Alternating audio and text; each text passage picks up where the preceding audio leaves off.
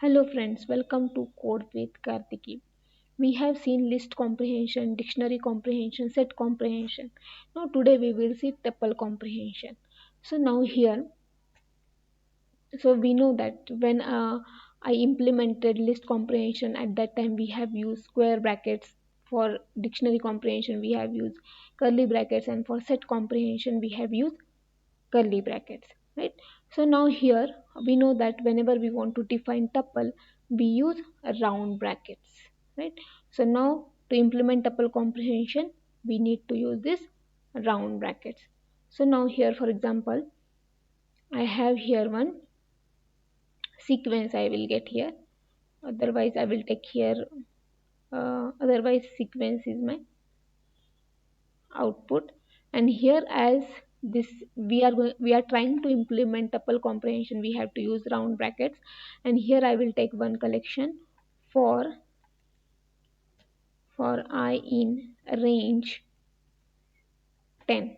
So I will take here for I in range 10. So this is the collection uh, on which I am iterating using for loop. So next is in comprehension. So this is collection part, and in comprehension we have expression. For example, whatever the elements in these collection are, so I want to square those elements. So I will use here I into I, right? So now in this way we have tried to implement this tuple comprehension. Why we are thinking it is tuple comprehension? Because we have used round brackets.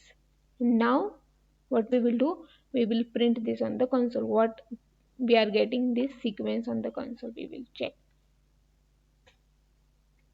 No, it is not tuple. So it is not tuple, it is a generator.